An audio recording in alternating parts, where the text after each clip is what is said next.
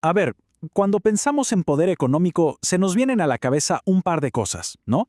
Silicon Valley, los jeques del petróleo, los banqueros de Wall Street. Pero, ¿y si les dijera que existe un poder mucho más antiguo, mucho más silencioso y quizá más influyente? En España, operan a plena vista dinastías familiares que, generación tras generación, han tejido una red invisible que controla la economía del país. ¿Quiénes son? ¿Cómo lo hicieron? Es hora de descubrirlo. Para que nos hagamos una idea de la escala, pensemos en una empresa grande cualquiera. ¿Quién es el dueño? Lo más probable, en España, es que sea una familia. Y no estamos hablando de algo menor. 2 de cada 3 empleos, 2 de cada 3 en las grandes corporaciones vienen de empresas familiares, o sea, el 66%. Esto no es solo un dato, es el motor oculto de toda una nación. Pero, ojo, no hay que confundirse. No estamos hablando de la panadería de la esquina. El IES, que es una de las escuelas de negocios más prestigiosas del mundo, lo dejó bien claro. Para ser una verdadera dinastía, 1 o 2 familias tienen que tener el control, casi total. Es como si en un juego de póker una sola familia tuviera casi todas las fichas. Ellos deciden todo, no le rinden cuentas a nadie.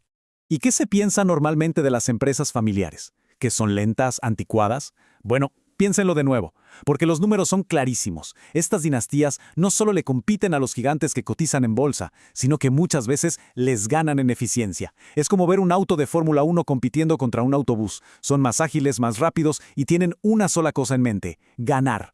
Entonces, ¿cómo lo hacen? ¿Cuál es el secreto para construir estos imperios, muchas veces desde la nada? Miren, no hay un manual oficial, pero sí hay un conjunto de reglas no escritas. Un libro de jugadas forjado a fuego, por una generación de fundadores que simplemente no aceptaban un no como respuesta. Y la primera regla, la regla de oro de este club de dinastías, es el control absoluto. Y no hablamos de un 51%, no. Hablamos de más del 90% de la empresa en manos de la familia. ¿Por qué? Sencillo, porque no quieren socios. Quieren control total para no tener que darle explicaciones a nadie. En su reino, su palabra es la única ley. Si quieren ver esta regla en acción, solo hay que mirar a la banca March. En un país donde los bancos decaían como dominós durante la crisis financiera, ellos ni se inmutaron. ¿Su secreto? 0 accionistas externos, 100% control familiar. Mientras el mundo financiero ardía en 2008, ellos veían el incendio desde su fortaleza, completamente inmunes al pánico. Su visión va más allá de una simple crisis. Pero esta obsesión por el control no nace de la arrogancia, sino de algo mucho más profundo: el dolor. Imaginen la escena. Un niño de 12 años, Amancio Ortega, ve cómo su madre tiene que suplicar para que le fíen en una tienda. Y ve cómo la humillan, negándoselo. Esa noche, ese niño se hizo una promesa: nunca más volveré a sentirme indefenso. Esa promesa, nacida de la humillación, fue la verdadera semilla del imperio que hoy conocemos como Zara. Y vaya que la cumplió.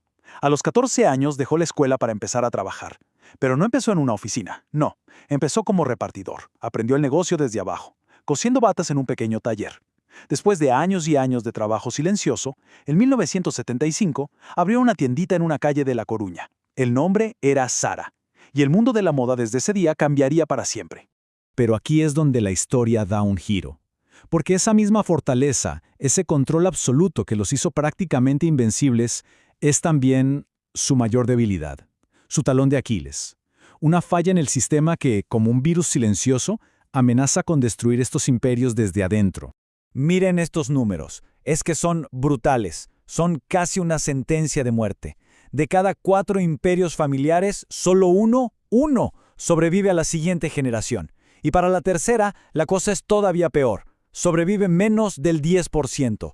El 90% de estas dinastías, construidas con sangre y sudor, se hacen polvo. Y la pregunta es, ¿por qué? ¿Por qué se derrumban? Bueno, es como la tormenta perfecta. Peleas internas, hermanos que se traicionan por el poder, impuestos de herencia que se comen el patrimonio y, sobre todo, esa negativa a aceptar ayuda externa. Prefieren hundirse con el barco antes que ceder un milímetro de control.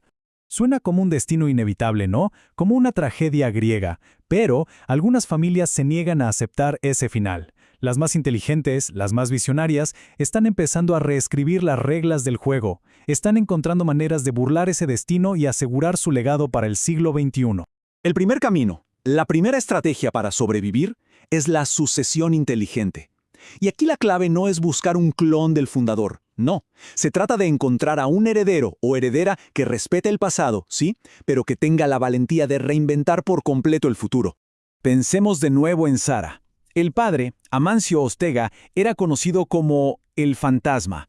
Nadie le conocía la cara. Gobernaba desde las sombras. Su hija, Marta, es todo lo contrario. A ella la llaman la presidenta. Ella da la cara, habla con la prensa, se muestra al mundo. Es la evolución natural de un imperio. Pasar del secretismo absoluto a la transparencia moderna. Y la pregunta del millón, ¿funcionó esta nueva estrategia? ¡Claro que funcionó! Con Marta al timón, Inditex no solo sobrevivió al cambio, sino que rompió todos sus récords, más de 35.000 millones de euros en ingresos. Es la prueba de que se puede cambiar la cara de un imperio sin traicionar su esencia. Pero hay otra vía, una quizá todavía más radical, y consiste en hacerse una pregunta fundamental. ¿Para qué existimos como empresa? Ya no se trata solo de ganar dinero, se trata de encontrar una misión, un propósito más grande, de usar todo ese poder para intentar resolver los grandes problemas de nuestro tiempo.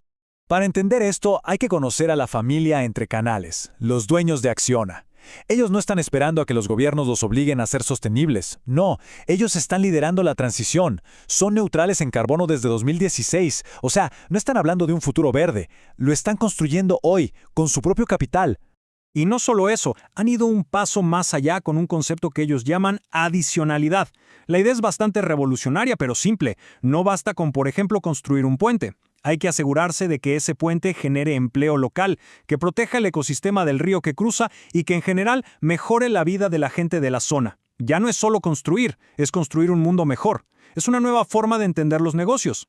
Y con esto volvemos al principio de todo, a recordar que estos imperios no aparecieron de la nada. Se fueron tejiendo pacientemente, puntada a puntada, ladrillo a ladrillo. Sus fundadores no heredaron millones. Lo que heredaron fue hambre, fue necesidad. Y con esa materia prima, con esa ambición, construyeron el mundo que hoy conocemos. Levantaron verdaderas fortalezas de silencio y discreción, convirtiéndose en los arquitectos invisibles de nuestra realidad. Y esto nos deja con una pregunta final, una pregunta que se queda flotando en el aire. Cuando los imperios son invisibles, cuando los que mandan no tienen rostro, ¿quién tiene realmente el poder?